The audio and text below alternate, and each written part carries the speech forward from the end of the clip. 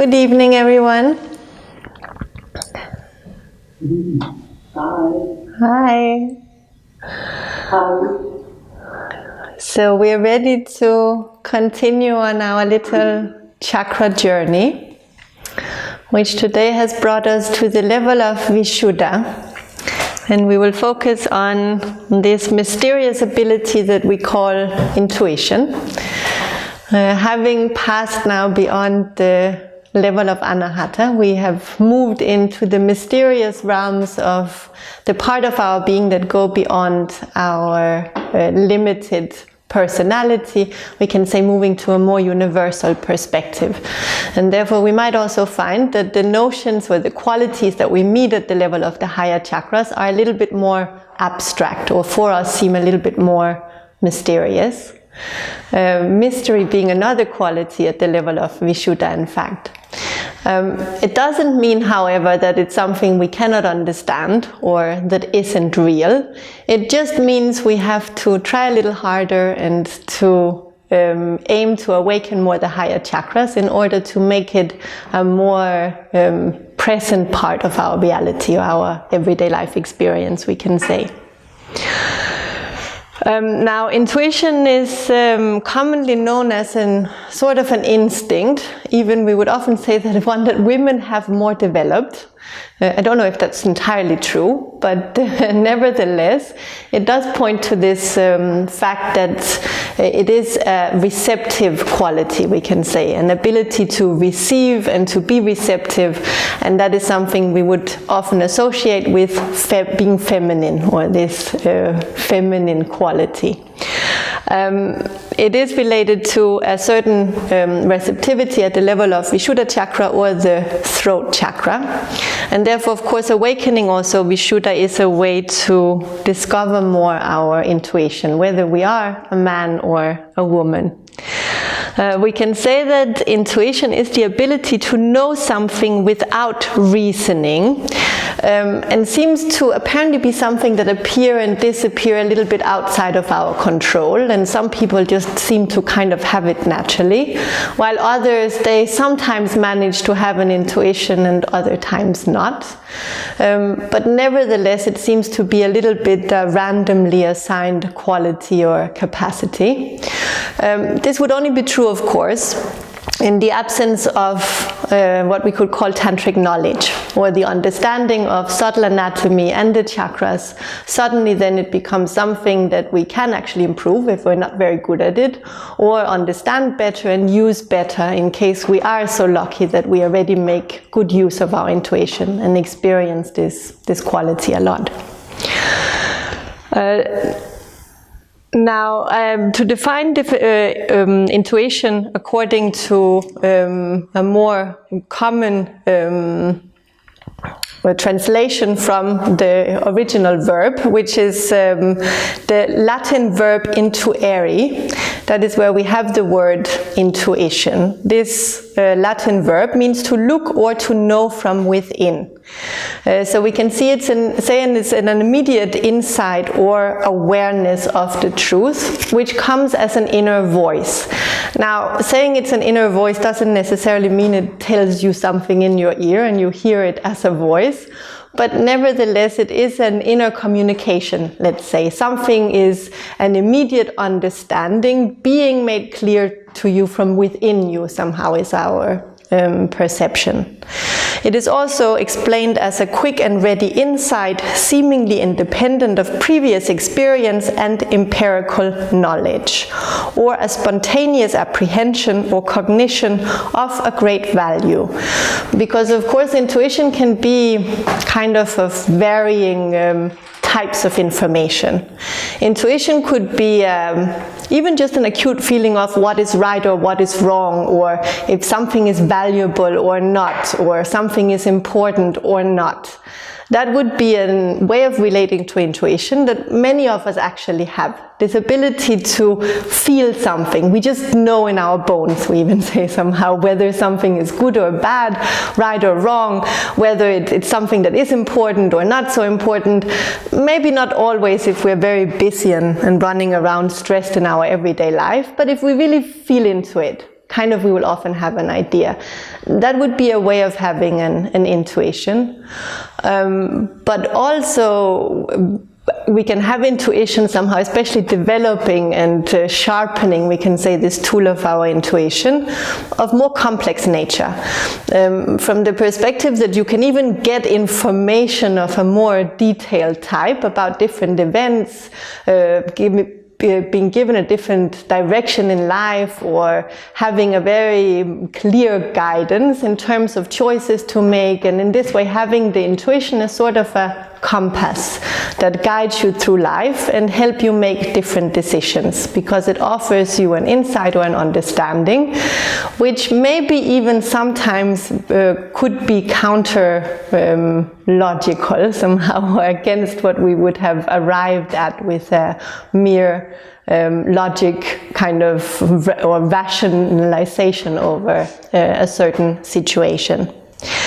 It could also be called an deep knowledge or strong conviction gained immediately and without a detailed reasoning, or an understanding without apparent effort. So, by definition, intuition is not an opinion that is formed on somehow previous experiences or understanding gains from life experiences, conclusions made based on kind of reasoning and putting together different elements of our experience up until this point.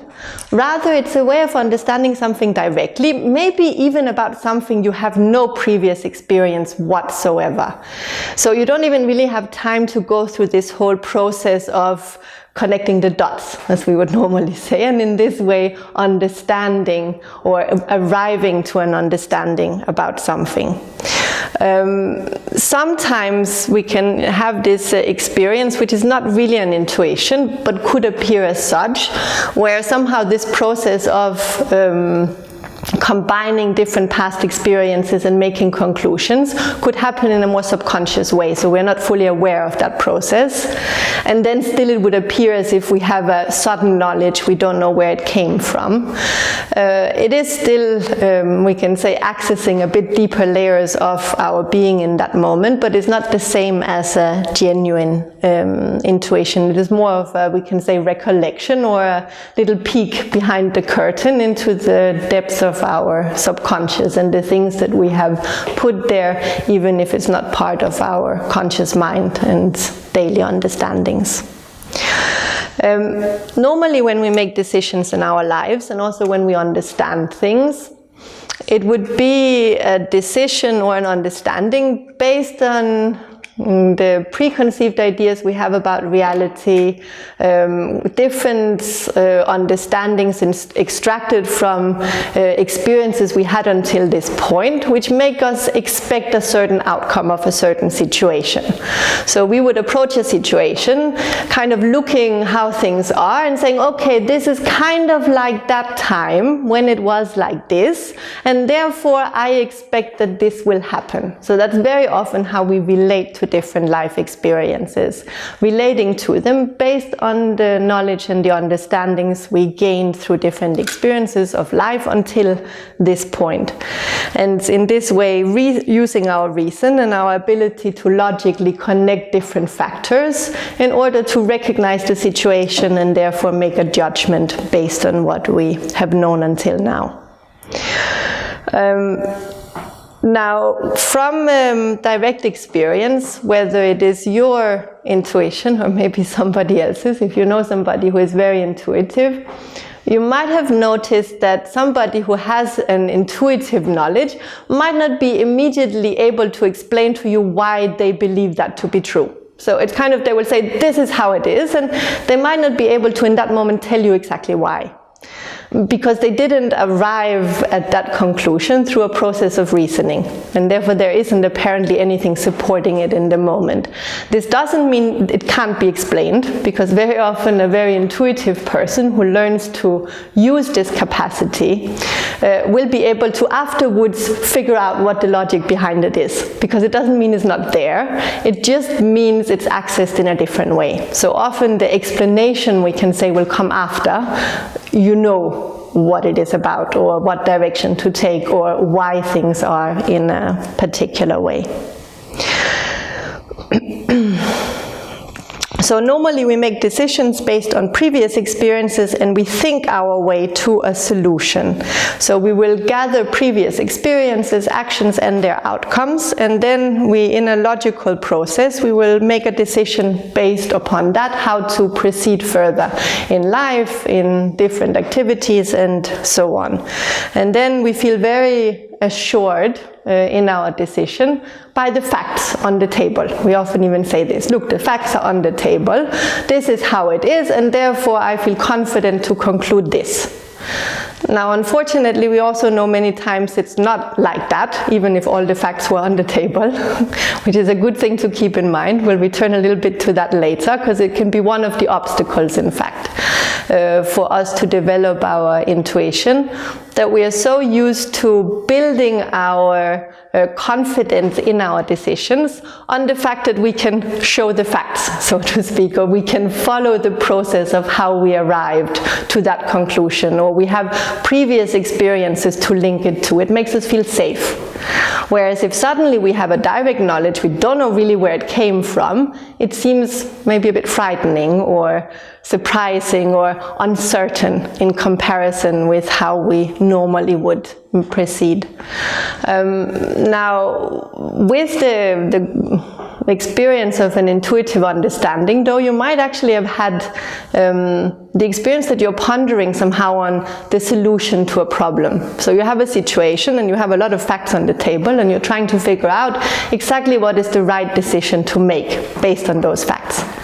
And you can't really arrive at a decision somehow, or a deeper understanding. You even hear it from scientists sometimes. They have studied things a lot and they have a lot of proof on the table, but somehow they can't make it make sense. They can't really go beyond the limitations actually of those facts.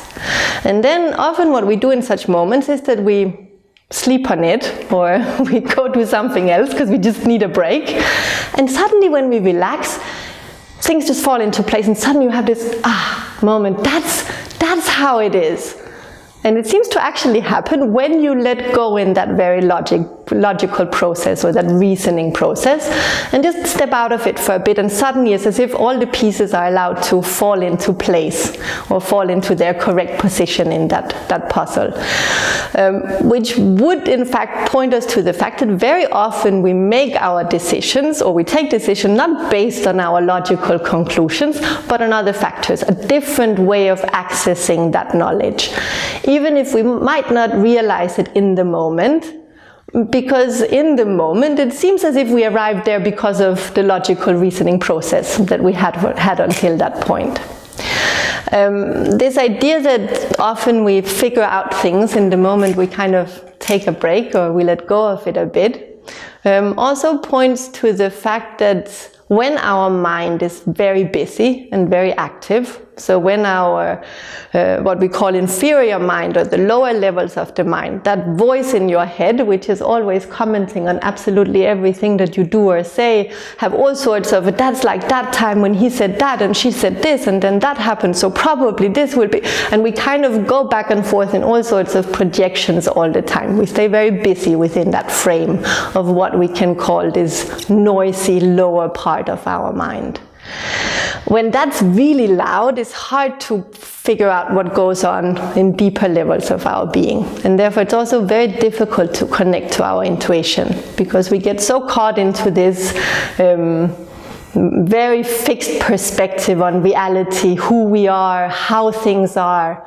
We are very identified with certain opinions, certain perspectives, and then it's hard to see anything, or we're just really stuck in habit. That also often happens when the mind is very active. We kind of function a little bit on autopilot, and we're stuck into a little bit of a boring routine where we're not really so attentive to what happens around us. In that moment we don't really see what is there, And that is also when we can't have what we can say an intuitive understanding, because all these preconceived ideas as well and our expectations of different outcomes, when we have a huge collection of experiences, we have a lot of expectations of what action will lead to what result and what we will achieve by doing things in a particular way. We build up patterns like that. We have some success experiences, also some failures, but we tend to ignore those. And then we have expectations of what we can have as an outcome from different actions. And we're very caught in that pattern often, in a way that is very difficult to see beyond it and to find maybe better solutions. We keep trying somehow on repeat the same approach very often, when we are not so in touch actually with our intuitive language. Which is why one of the very, very helpful attitudes to take on if we want to become more intuitive is to be a little bit more spontaneous in the way that we relate to the world. That would be to take the example of a child, in fact. This very great openness with complete lack of preconceived ideas, because they don't have very many experiences to build those preconceived ideas on, because it's almost clean slate. And therefore there is nothing really to project or have expectations. What might happen if you do certain things, even put your fingers on the hot plate. You don't have any expectations you're going to get burned if you're small enough, because you never tried, so you don't know. It's like completely clean somehow the way you are meeting the world.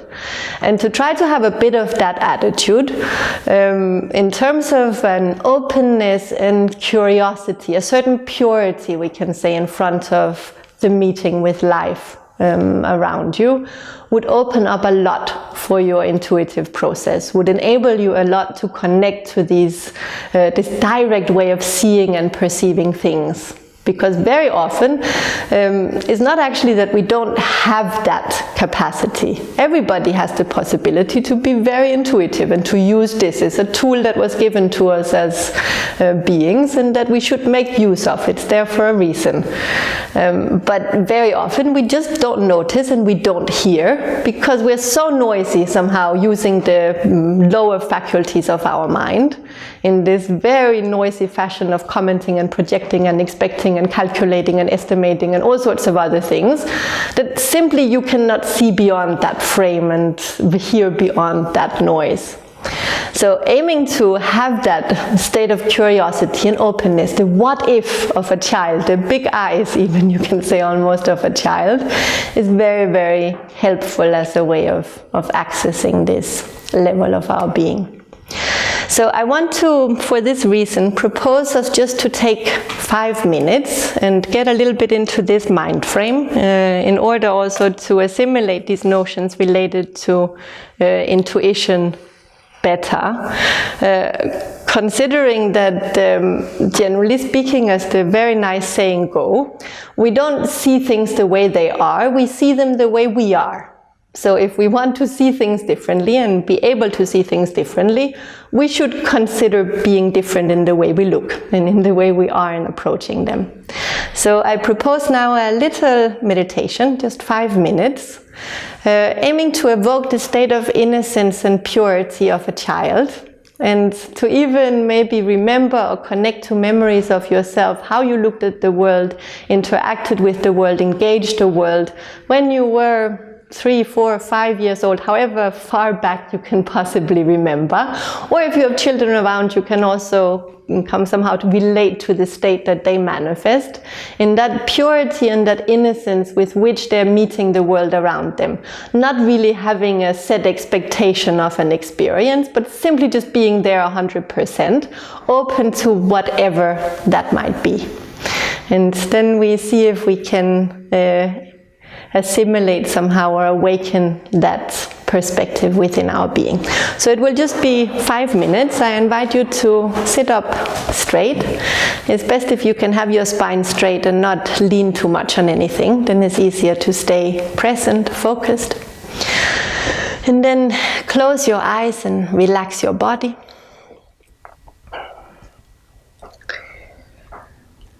Just taking a moment to feel your breath and let it bring you present.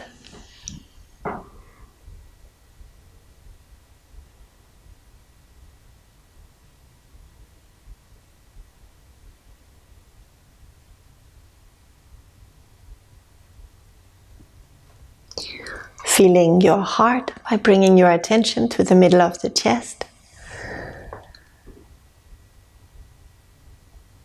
And aim to connect to your inner child. You can use as inspiration either children you know or remembering yourself as a child.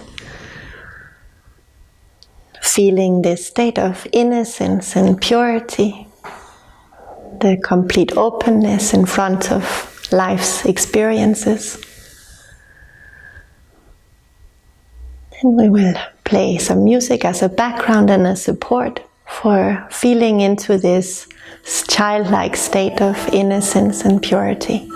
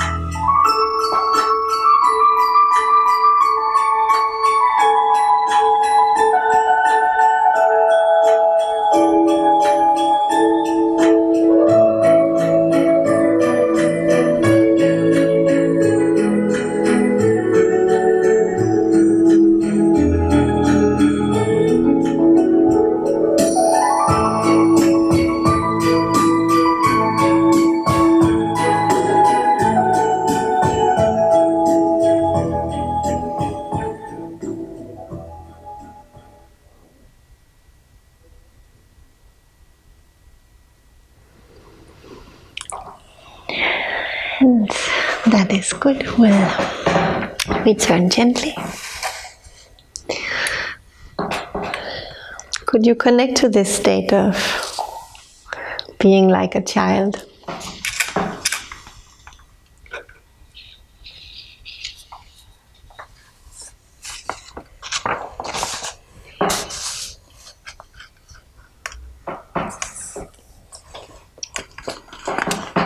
I'll take that as a yes then.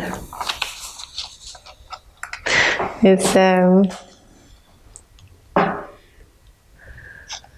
my ex-wife would have loved me to disconnect from. Huh? I was trying to make a joke that sometimes I'm too connected when my partner would like me to be disconnected from this image.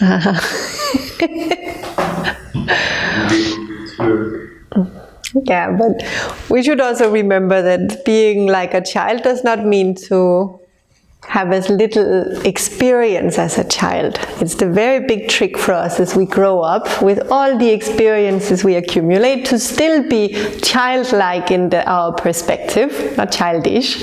And in this way we can be truly wise. So it is indeed a balancing act. But even the state of innocence and purity also belong to the throat chakra and somehow goes hand in hand with this experience of intuition and the development of intuition. And also this attitude, when we manage to awaken it more in our being, of having this freshness of a child, it brings us much more in touch with life, much more present, and also somehow gives us a bit of space to breathe in the midst of everything going on, and especially in this noisy mind that we otherwise often find ourselves in. Kind of is like a bit of a refresh that let us look at things in a different way and open up to new perspectives. So even sometimes if you feel very stuck in a rut, going out and doing something that you enjoy, for instance, with this kind of like enthusiasm and joy of a child could even be helpful. Like, we shouldn't consider that fun is never constructive, because it can very much be in this context. To really go out and take a breather somehow and get into that carefree and open and curious space of a child, at least for an hour or two. And then things might look very different once you come back to your daily routine and all the important things you have to take care of and your responsibilities and so on, because you had a little bit of space to breathe and to refresh your perspective in those moments. So it's very important for us. Many people in our modern society almost feel a little guilty when they have a good time, but in a good proportion it's extremely healthy and valuable, in fact, to get a bit of fresh air, as we say. Even go out, play a bit in the forest or whatever somehow works for you, to refresh and to reset and to connect to that pure inner space. Now, to return more specifically to this idea of intuition, it's sometimes considered to be an instinct. So some people don't really believe so much in what we call intuition, but will say it's more instinctual somehow, that we can have an instinctual experience of something. There is a considerable difference, however, between what we would call an instinct and what we would call an intuition. An instinct would be suddenly you know you have to run because there is danger or something like this. It would be an instinct that kicks in order to make sure you survive, in order to make sure that you stay safe. Sometimes you don't know why. You can feel the danger coming, or you can feel different threats appearing before you kind of notice on a more conscious level. And that would be your instincts kicking in order to preserve your life, which is a very useful function when we are not so very conscious or aware. But the more we grow, we can say, in perspectives and understandings, the more intuition would take the place of instincts or the instinctual functions in order to guide us safely through life. Also because let's say, pathways of a person on a path of evolution would be a bit more complex than if you're just aiming to survive. So therefore you need a little bit more of a polished tool in order to guide yourself. Plus also instincts leave us kind of with no choice. Like if you have an instinctual reaction to something, you can't choose not to do it. It's like literally takes you over, and you will even say that afterwards, I couldn't help it. It just took me over and I had to do it because that was all I could think or feel in that moment. So in this way, instincts are very powerful and useful from that perspective as well to keep us safe, we can say. The intuition or the intuitive perceptions leave us with a choice. They're never so invasive, let's say, they don't take over, so you can choose to follow them or not. Therefore they will allow you a very high degree of freedom, which of course also leave you free to ignore them, the intuitive perceptions and directions, which we very often do, to be fair, because we are not educated in a way that allow much space for an intuitive way of relating to life experiences. And that also leads to a diminishing of the intuitive capacity. It's a bit like a muscle. When we don't use it, we grow weaker. So you use it or you lose it in the case of intuition.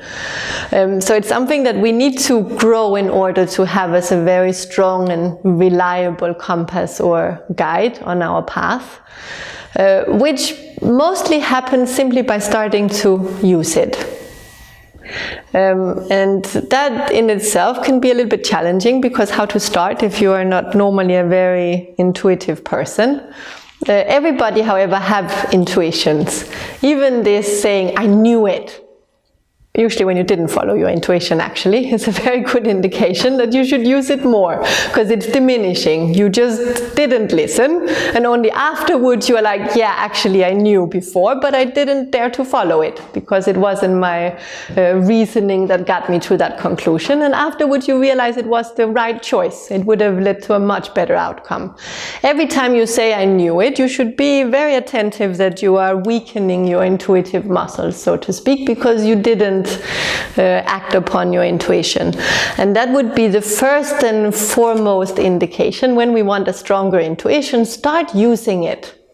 Because if you don't, it will just get weaker and weaker. It will be such a small voice, we can say, that it will just drown into the noise of your mind, and it will be harder and harder for you to access.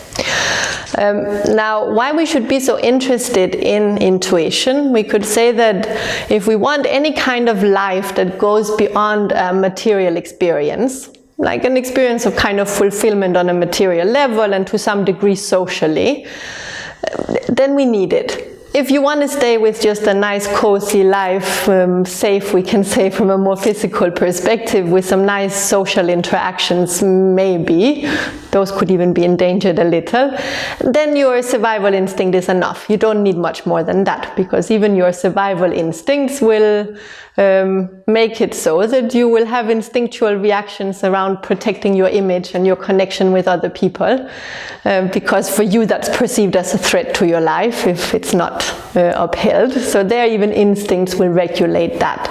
If you want to pass beyond that level, however, you do actually need your intuition.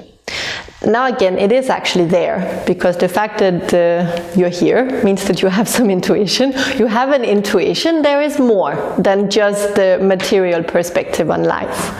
And that's already intuition manifesting, kind of inviting you, we can say, to go beyond the frames of your experience in this moment. So whenever we are open for an experience that go beyond what we know now, we are actually experiencing intuition. And that's also why intuition is so important, because in the absence of our intuition and developing our intuition, especially in the higher parts, we can say, or in the more advanced stages of our spiritual practice, but even somehow in beginning our spiritual search or our personal development, you need to have that awakened to a certain measure. Otherwise, you will just stay within your comfort zone. You will stay within your preconceived ideas, your understanding of the world as it is until this moment in time, based on your previous experiences, and you will never experience anything else, because you will always somehow copy-paste your past experiences on what is happening now. It's always a bit of an approximation, because nothing is ever exactly how it was, but kind of. And then you copy-paste, and that's all you will ever have.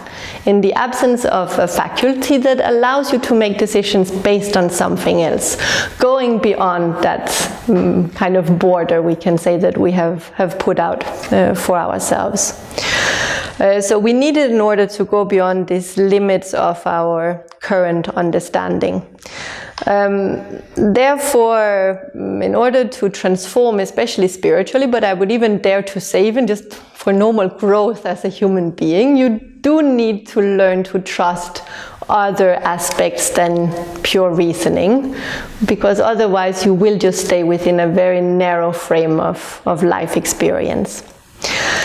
Now, intuition is a faculty that is accessible for each and every one of us. It is a quality belonging to what we can call the superior levels of our mind, also known as buddhi, or the superior intellect, whereas the part of our mind we normally use is called manas, or the kind of logical mind, the reasoning mind, the one that comments again on everything you say and do, and make connections and distracts you and judges things and labels things and so on. The part that usually takes up, I would say, 95% of our life experiences, if not more.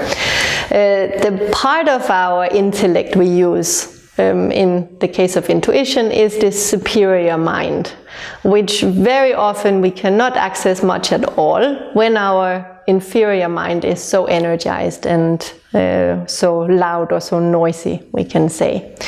So this mental agitation, we can say, drown out the perceptions that come from the intuition, this direct understanding, and also makes us have hesitations and doubts. Even should it somehow penetrate through, and we have an intuition, we're like, yeah, but I don't know, and we have a lot of hesitations, we don't really follow it, and then we say, I knew it later on when we didn't follow it. So even these hesitations become a little bit like sand in the machinery, and we don't manage to follow our intuition. And that's what happens when this inferior mind is very energized, over-energized, we can say, and not controlled.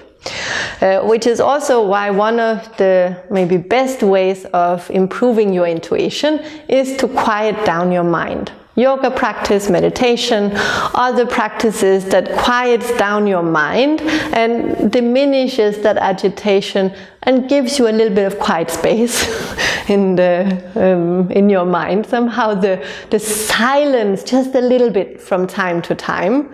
Already by that you would be able to see a huge increase in your intuitive capacity. And many people who practice yoga or do meditation, they will have that effect as kind of a side effect, we can say, to their practice. Especially, of course, if we practice to awaken our throat chakra more through specific exercises, meditations, yoga techniques, and so on. Awakening Vishuddha, or the throat chakra, would be a very big support in awakening our intuition, since it is the level where we find this quality. Now, other things we can do in this direction is, as I said, first of all, to follow it. So this is kind of where we need to have a bit of a leap of faith. This developing your intuition often is for a little bit of a courageous person, we can say, to begin with, especially if you're very bad at it, as it is, and you often have the I knew it rather than following your intuitions. Because it can be very, very hard somehow to get started and to know what is an intuition and what isn't if you're not used to listening to that. Which is why you're bound to make mistakes. I mean, following an intuition means when you feel something and you believe that it's an intuition, you follow it. You might be wrong, but you will only learn by trial and error, so to speak. So you need a little bit of courage in front of making mistakes. So it's important to have this wonderful tantric attitude of not being afraid to make mistakes, because that's how you learn. If you don't repeat a mistake, it's actually not a problem. It's a good thing, potentially even, a mistake, because it will help you learn, it will help you grow. And when we're very terrified of making mistakes, we actually stop the process of growth. Again, to use children as a wonderful example, children make a lot of mistakes all the time, because they're in a very intense process of learning and growing. And then they learn from their mistakes, sometimes painful lessons, but nevertheless, they learn and assimilate in an amazing rhythm, something that we can only dream of when we get a little bit older and more rusty in this process. So we need to remember this attitude. A mistake happens when you learn. If we are too afraid to make any, then we will stay the same. Also, there will often be this objection from the mind when it comes to following your intuition, which says that it's not safe, exactly as I said earlier. This idea that normally when we make a decision based on a lot of facts on the table, and we had a whole process of reasoning, arriving at that conclusion, comparing it to previous experiences, and therefore we can infer that then that must be the case, and so on. Acting upon something you just know, but you don't know why you know it, it seems very, very unsafe. Now, it's a little bit of a false way of putting the problem though, because even if you make a decision based on your previous experience, it's an approximation. We should remember that, because no two situations are ever the same. And if you're very honest, many times when you use that approach, you were really wrong. When you assumed somebody thought or behaved in a certain way because of a previous experience where that person would have been, let's say, angry or upset with you, you find out that was not the case at all. Actually, it was a completely different situation, and it was not about you at all. So very often when we make such assumptions, even if they seem based on a very clear process of reasoning, it's actually wrong, completely wrong, because it was not the same circumstances at that previous situation. So there is never ever such a thing as two completely identical circumstances. There will be different people, it will be a different moment, it will be a different space, it will be a different context. There are always variables that make even such a, such a decision or such an assumption very uncertain in reality. So we should keep that in mind to maybe be a little bit more courageous also to try the more direct, let's say, intuitive approach in this direction. Now, a thing that can also help very much for us is to become aware of what we can call our intuitive language. Our intuitive language would be the way that you perceive intuitions. Now, to return to this idea of an inner voice that connects you directly to the truth. Again, it's not necessarily a voice in your head. We wished it would be that easy, but it is a way that you translate an intuitive perception. Some people, they have a feeling in the abdomen when certain things happen. They react like that. That's also why we call it a gut feeling. Or some people will have images, will see images and interpret that. Others will just have a certain feeling of a very particular kind emerging. We could feel it in different parts of the body. It could be many, many different ways in which we translate, according to our individual setup, the intuitive messages coming to us, or the intuitive understandings. So it's very good for us to pay attention in this process of practicing our intuition to the way that we perceive intuition. Now, again, it kind of goes hand in hand with this daring attitude to follow your intuition and sometimes be wrong. So you will notice exactly how you feel when you have what you believe is an intuition. You will follow it and you will see if it was or wasn't. Then you can already make some conclusions based on that. And when you have done it enough times, you will see that when you have a genuine intuition that really turns out to be true, it felt in a very particular way for you. And in that way you will discover your intuitive language. It will start to become clear to you when something is an intuition and when it is not. That of course takes a lot of attention somehow into this practice. And again, the daring of actually putting it in practice. But a way you can also start with doing it is to do it with very simple things, like guessing who is calling you without looking at your phone, because nowadays we can see, but somehow feeling immediately who is it calling you. Now, usually we'll go through the process, we all know it. Oh, I think it is my mom because it's this time of day and it's Sunday and she usually calls me, so it must be her. It's not that kind of guessing who it is, but more somehow immediately, what is your first hunch, we would say, who it is. And then you check. And little games like that can actually help you to open up, have the intention to open up, to develop this intuitive perception. But it's very important when we practice that we use our intuition also a bit constructively and in ways where we can have concrete feedback. Because that's the way we start to discover when it is intuition and when it is not. So you could use your intuition to make a decision regarding your career, or kind of understanding more what is needed to make your couple relationship blossom, or whatever it is in your life. But you would use your intuition to investigate, we can say, a particular area of your life, and aim to find out what is the right direction, the right choices to make, what is it that is needed now. And then whatever you perceive, you try to put it in practice and you observe the results. In this way you will gradually start to fine-tune the use of your intuition and to discover more clearly exactly what the intuition is conveying to you in different moments. But it's very important, this attitude of using it for good purposes as well, like things that matter to you in this way, and things that you can check, things where you can have a clear feedback if it was intuition, a deeper intuition, or not in those moments. And then as a last idea for ways in which we can support this awakening of our intuitive capacity, to develop this pure and innocent mindset free of preconceived ideas. It's a very difficult one indeed. It also ties very much in with a meditative practice and a certain control over our mind. But to also catch ourselves when we are very quick to jump at judgments around other people, different life experiences. We haven't even really related in a proper way to what is going on, and already we have an opinion, we write people off, we decide what is happening, just based on automatic reactions basically, and our preconceived ideas about different people, different situations, and different life experiences.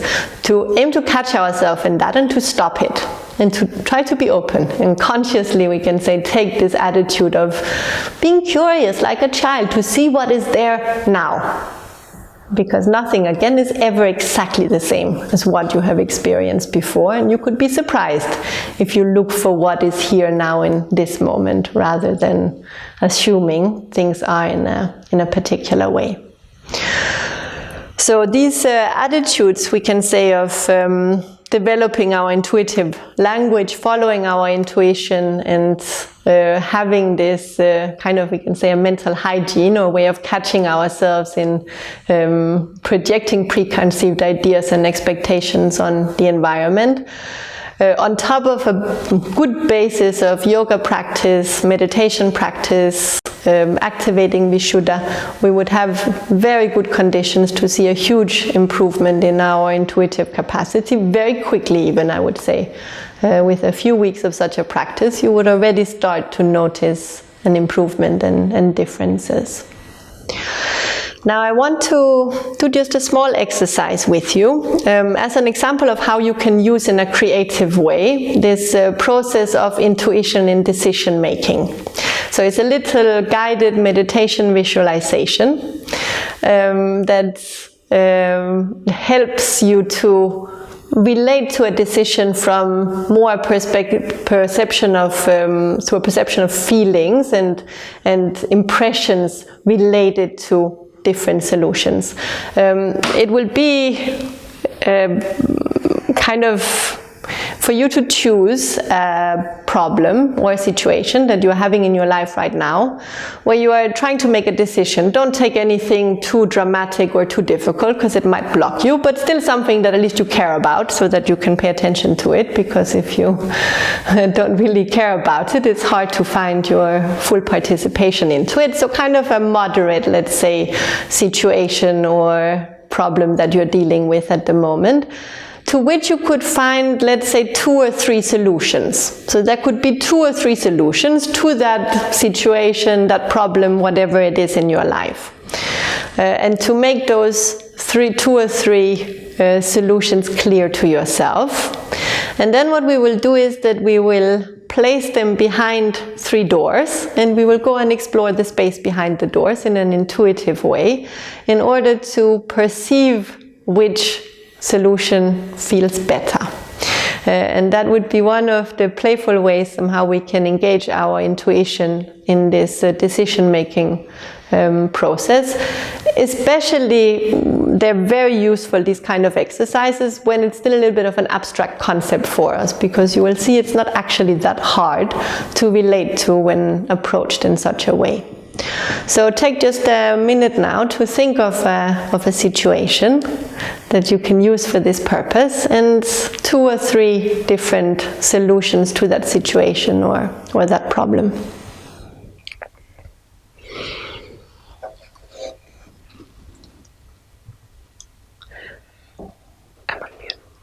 I think we just do like literally 2 minutes of the 2-3 minutes of the Vishuddha meditation, and then we will move on to the exercise afterwards, because it's already very late.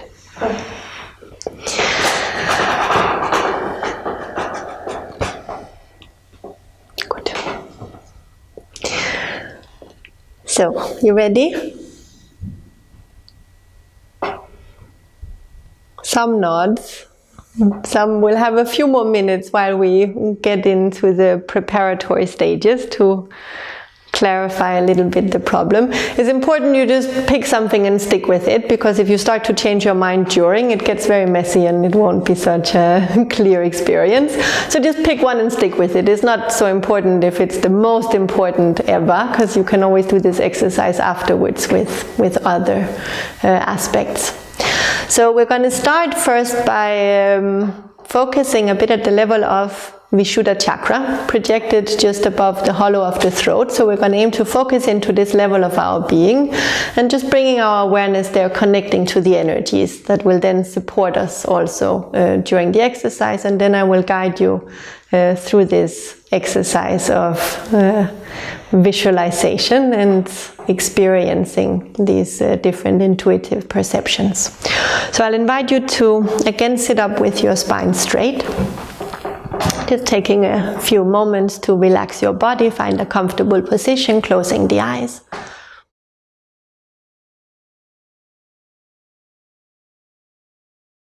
And for some moments we will aim to bring the attention to the area of the throat, connecting to the energies at the level of the throat chakra, intuition, purity.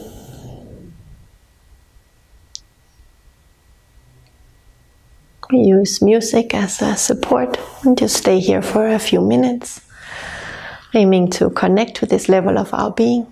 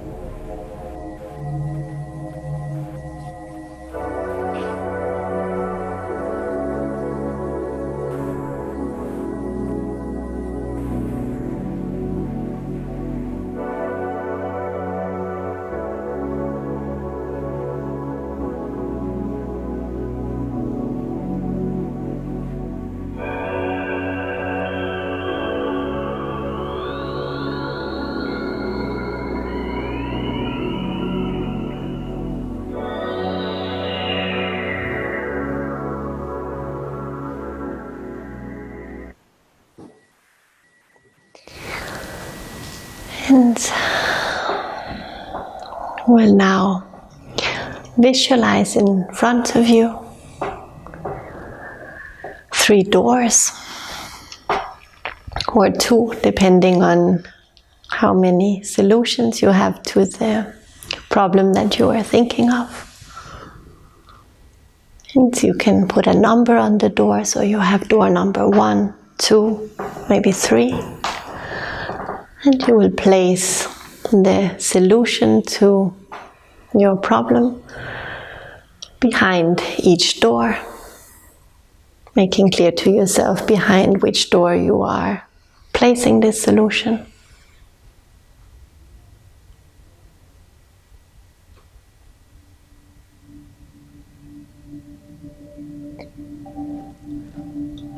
And now making clear to yourself which solution is behind door number 1. And also taking a moment to contemplate the problem or situation that you have chosen.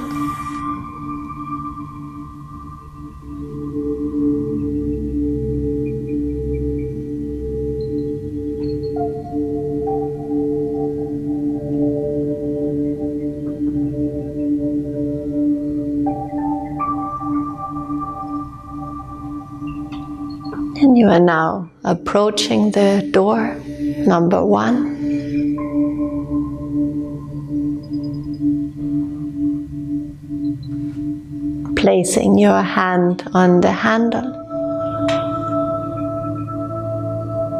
Becoming aware for a moment of your inner feelings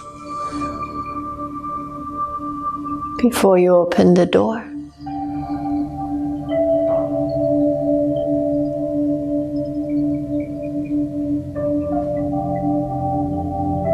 You are now opening the door,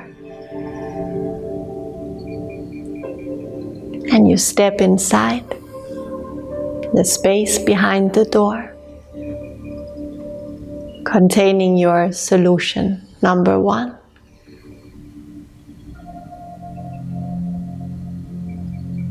As you walk into this space, notice how you're feeling. Any kind of perceptions coming to you. What you see, feel, hear.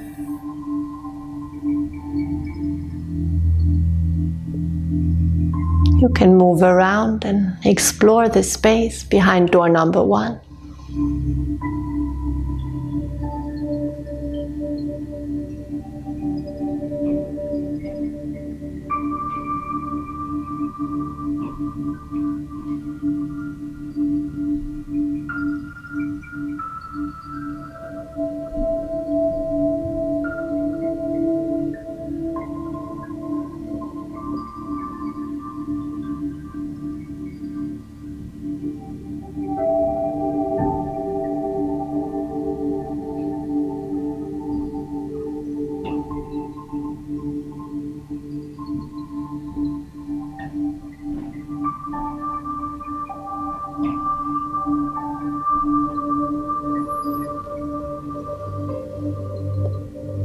And now return towards the door.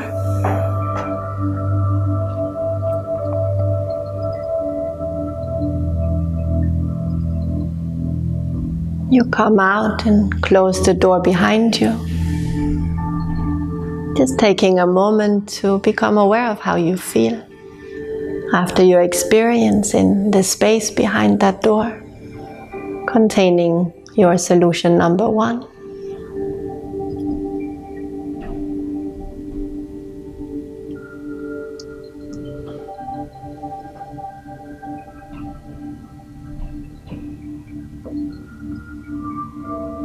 And now look at door number 2.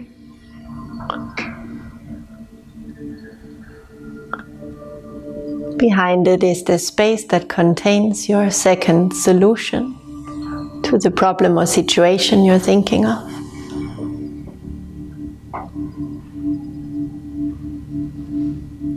Approach door number 2. placing your hand on the handle and noticing your inner feelings.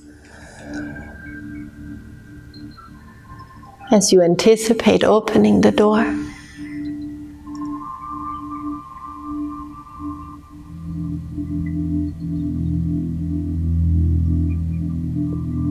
now you open it and step inside the space on the other side of the door containing your second solution.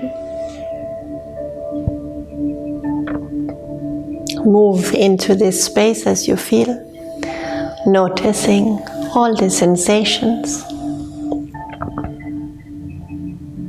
all the experiences coming to you.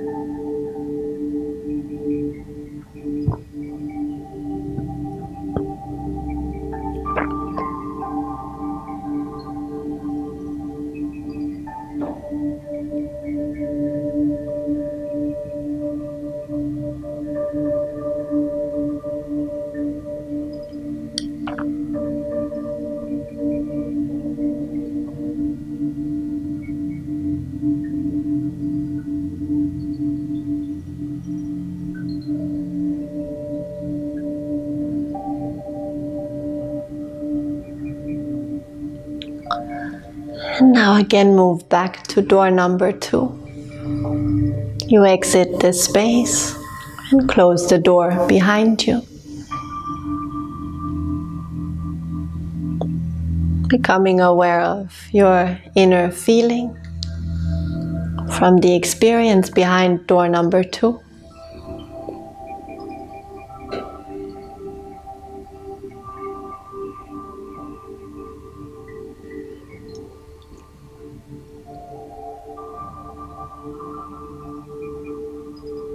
If you have a door number 3, you can turn towards it now.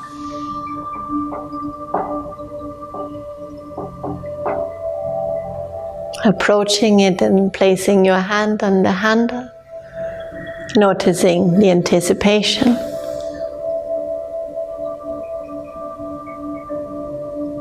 Then opening the door and stepping through it into the space on the other side containing your solution number 3.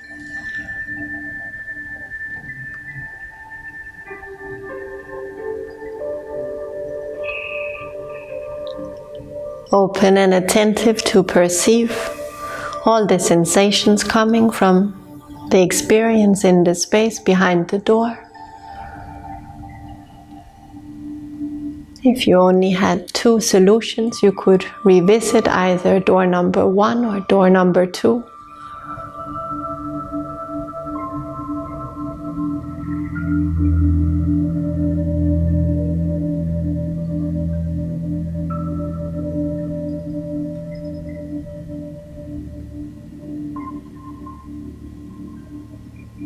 Move through the space on the other side of the door, taking in any perceptions and noticing how you feel.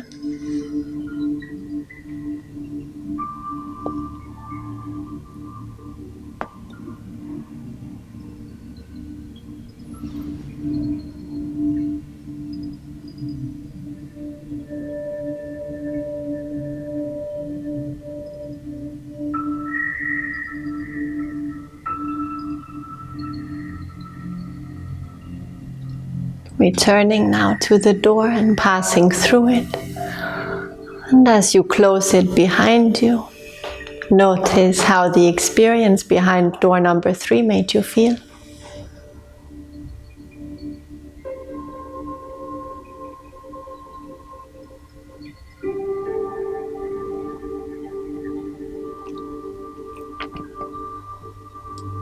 And conclude now with a moment of relaxing deeply and connecting to your breath.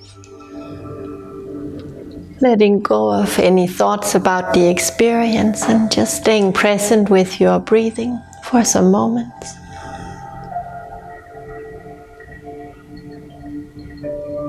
Not having any expectations of achieving anything in particular. Just being present with your breath.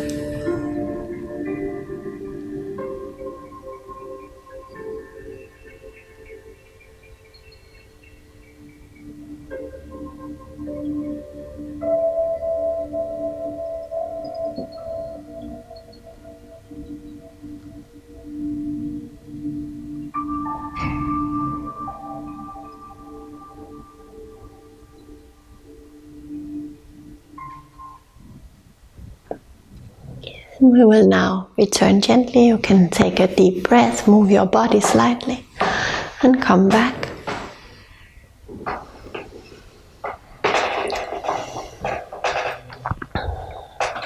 Now this was a fairly short version. Obviously you can take as much time as you need behind the doors, but considering I already went a little bit over my allocated time, I kept it fairly short.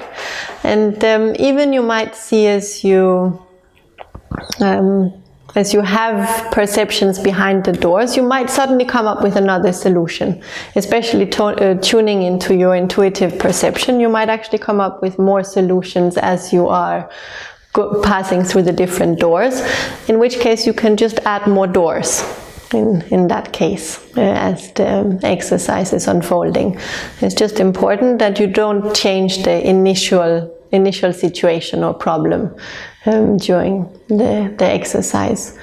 It can be a very, very helpful way of relating to this intuitive way of understanding and perceiving different situations and tuning into a different way of predicting an outcome or feeling what is right.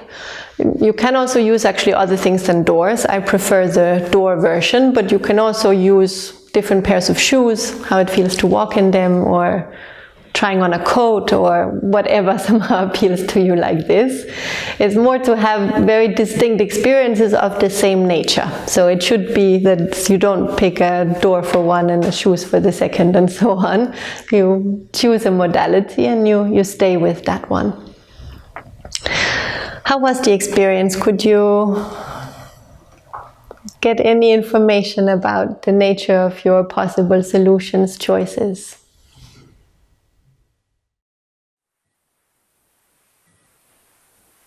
Hi, Maria. For me, what it was beautiful is to entrust the system, which is quite inspiring, and if anything, beautifully reassuring at the same time, in the sense to sort of allow the intuition to guide you, where sometimes certain issues they can be overwhelming, and therefore you feel powerless. Instead, doing well in a very sort of very practical, concrete way, but equally entrusting intuition, which is like a kind of combination of both.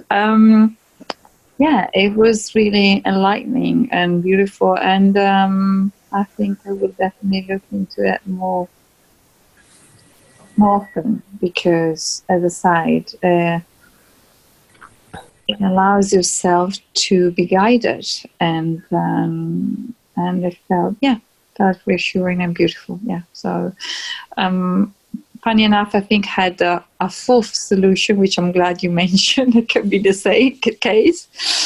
So I'm looking forward to apply that as soon as we finish the class. So thank you for that.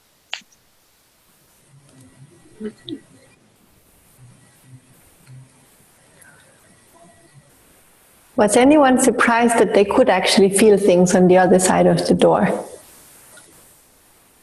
Yes, I had two choices when I started the exercise, and just when I was thinking logically, there was no obvious good or bad choice. And then when I tried the first door, it was like a big no-no. It was a very strong feeling of being uncomfortable or something similar. And then when I was exploring the second choice, I actually got the idea of a third solution to explore. So that was a pleasant experience, pleasant surprise. Thank you. Exactly. We can often get surprises once we try a little bit, and we're much better at it than we would think. Because again, it's not somehow, intuition have gotten a bit of a mythical reputation as something that is maybe real, maybe not, and only some people have it. But it is a very real quality that we are all equipped with. It's just a matter of paying a bit more attention to it and using it, as we say. I found it easier than I thought. I thought I had this idea that I haven't got a very strong intuition and that I don't find it easy to do that kind of exercise. And I also wasn't entirely sure what my 3 answers were. I had sort of 2, but it was a bit fuzzy. But I felt something very different in each room. Like it became clearer as it went along. And it was really, really clear, like in terms of how much light was in the room, the size of the room, what things were in there, how I felt. And each one had a very, very distinct feeling and atmosphere, and it became very clear, and definitely had a very different feeling in each room. So it was very useful in terms of the question I was asking. It was really more useful than I was expecting. I'd definitely be doing it again. So thank you. Right. And also very good that you can even see the room. I just want to say to those who can't see anything necessarily on the other side of the door, it's not a problem. Even you will often just have a very clear experience of a feeling, whether it feels good or it doesn't feel good, or what comes up maybe, because we're a bit different in the way that we're perceiving things. So if you're not a very visual character, it can still work for you, as long as you can relate to the idea of stepping into that space and exploring however comes naturally to you, the perceptions that come, the sensations, the feelings that you experience. Because again, we have very different ways of relating to this intuitive language, and some are way more visual than others. So just not to feel discouraged if you couldn't see the space, but more felt it when you were on the other side.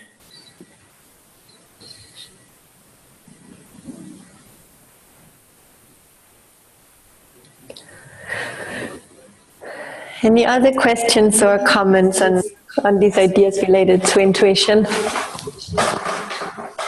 Yes, it was really amazing experience for me, and I've been thinking about this question from like 2 months, and I didn't have a solution for this, and this is a really great exercise to explore further. But the whole thing was, for all the 3 doors for me were like, I mean, they were not like a straight no, which is like kind of, that's why I've been like pondering so much between these 3 solutions.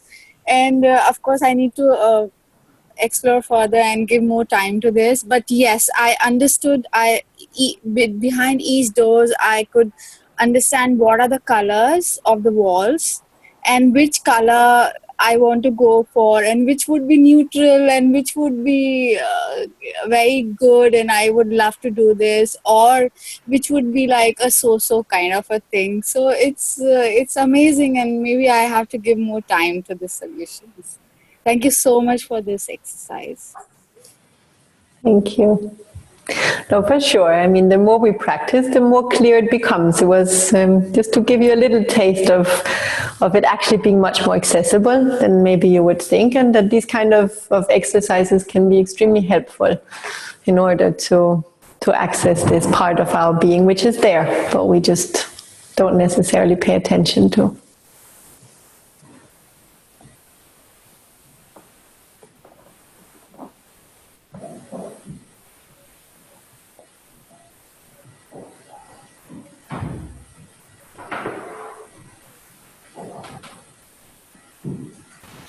Can I ask a question, Maria? Please. You were talking a lot about not viewing the present moment through the lens of the past in a way, or trying not to be guided by previous experiences. But how does that fit with learning? Because life is also a process of learning, and we learn from our experiences, we learn from our mistakes, we grow in awareness, and also we have patterns which we can repeat if we're not careful. So how can we act on our previous, how can we build on our learning in that way if we can't include what we've experienced before?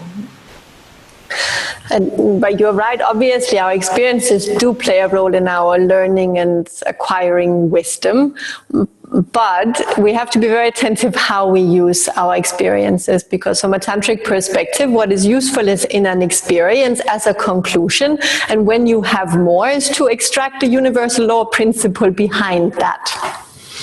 And when that is what you use as a common denominator for different experiences, the level of the principle that is in play or the universal law that is manifested into those experiences, it becomes a very useful way of understanding and connecting the dots, as we would say, for a bigger picture. But when we just take preconceived ideas and limited understandings and copy-paste them onto new situations all the time, it becomes limiting rather than revealing and expanding and giving a bigger perspective. So it's in that context you would consider experiences useful indeed, because everyday life experiences, exactly in a tantric practice, will teach you about the universe and about the deeper workings of things and about yourself, but on that level. So it's about the level of understanding or perspective rather. And intuition and reality help us to connect to the more universal perspective, to notice the common denominator for all these different situations. As an example, very often when we have a limited perspective on life experiences, you have the same conflictual situation in your relationship, let's say, over and over again. So you have 5 different relationships in a row, all of them end more or less in a similar way. Of course, to you it seems it's very different. But if you would zoom out a little bit, you could see they end for similar reasons. And you might also notice they all have one thing in common, which is you. So maybe there are some general tendencies or perspectives that you are manifesting that at least contributes to that problem always being the case. See, that would be a superior way of relating to it that actually takes some intuition to see behind the immediate situation. Because otherwise you will kind of stay in the very limited understanding of what is going on, projecting a lot on the outside, having preconceived ideas about what is going on, and then kind of copy-pasting different solutions and ways of interacting with that will just perpetuate the problem, because it will always be within the frame of your understanding until this moment. So it doesn't allow for growth. So it depends on how you use a series of experiences, let's say, whether it makes you become wiser or it just makes you stay the same, even more and more solidified, we can say, in a particular understanding. So you're saying if we try and maintain the higher perspective on the situation, then that will help? Like try and stay in a higher perspective, maybe through spiritual practices or applying spiritual teachings and ideas, that helps us stay out of the lower mind and more in the intuition or the higher self? Definitely, going more towards the essences, which is exactly also what intuition helps us do. What is it that happens in the essence somehow in those different situations? If you are to compare them, because all the details will never be the same. There might be a similar essence or a similar lesson, or it might be an expression of the same principle. But it's on that level there is a similarity. It's not in the actual workings of things, which might also require different responses on your part, depending, even if it is an expression of the same tendency.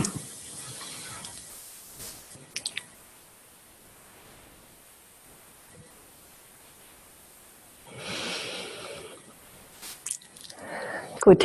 Last chance if you have a question or a comment you would like to put across. How do we use our intuition to find the right life partner?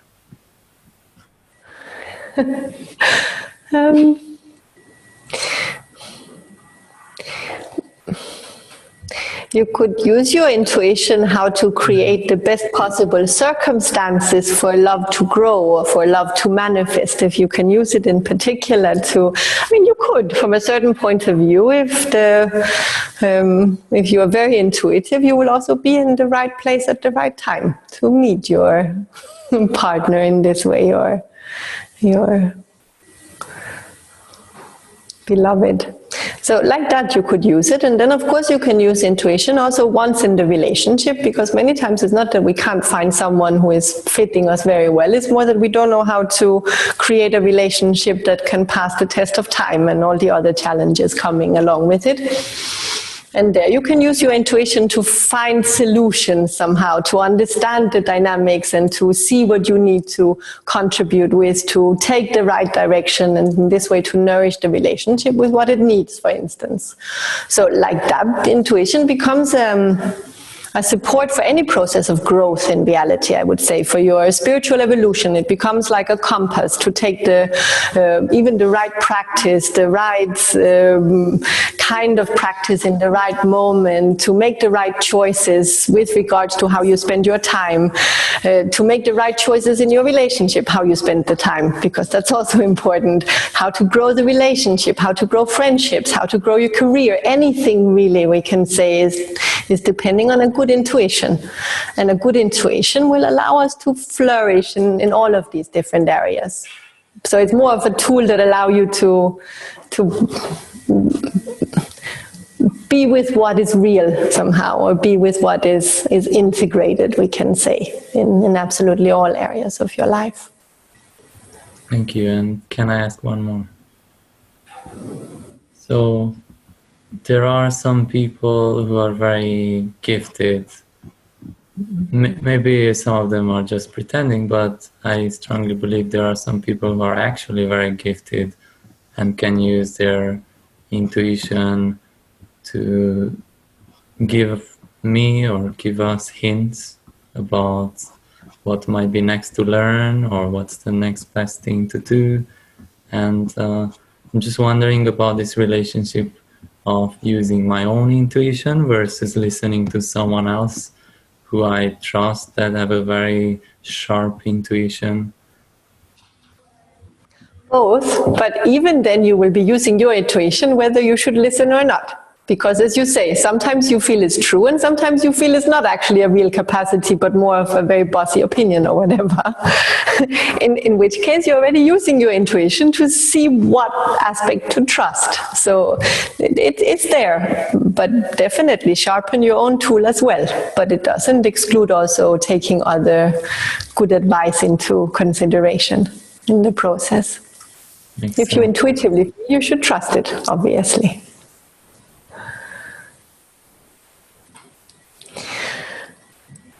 Maria, hi.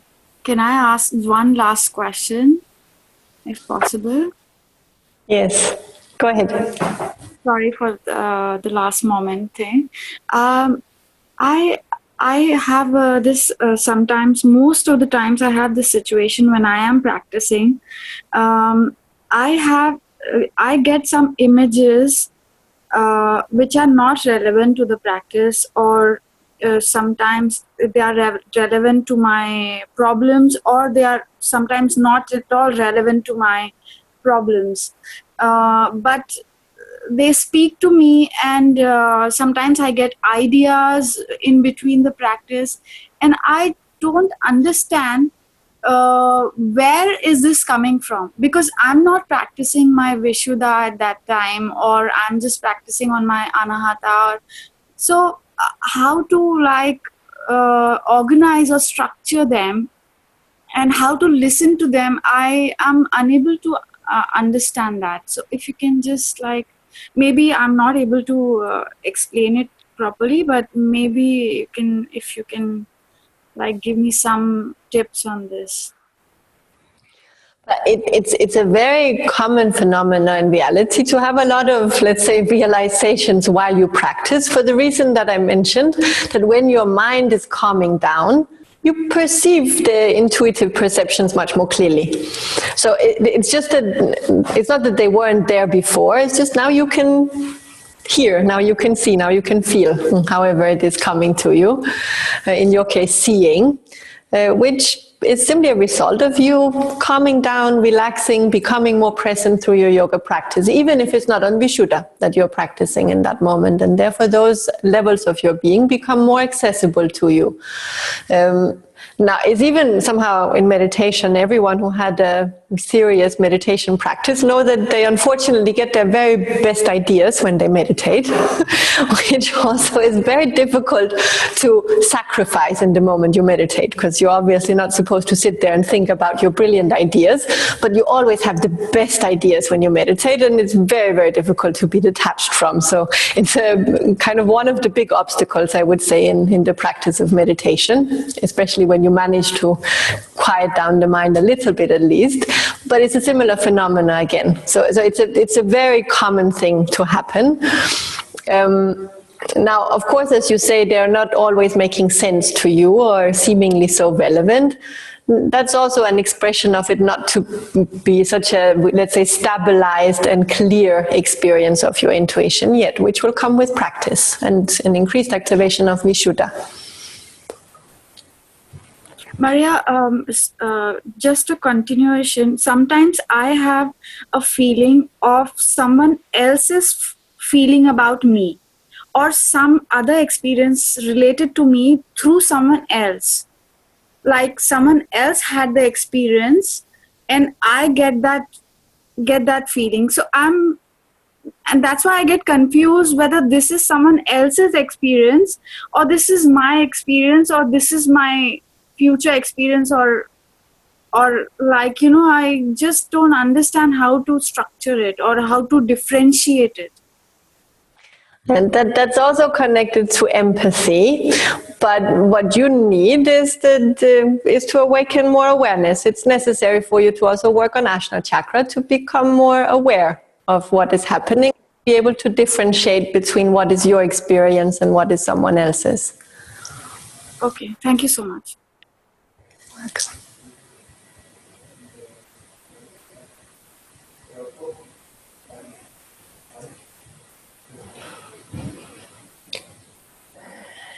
Good. Then let's conclude here for tonight. Thank you very much for your enthusiastic participation. And I hope you will try either this exercise or similar exercises and start to train your intuition so it can become a wonderful tool for you. Thanks, Maria. Thank you. Thank you so much. Thank you. That was great. Thank you. Bye. Thank you so much.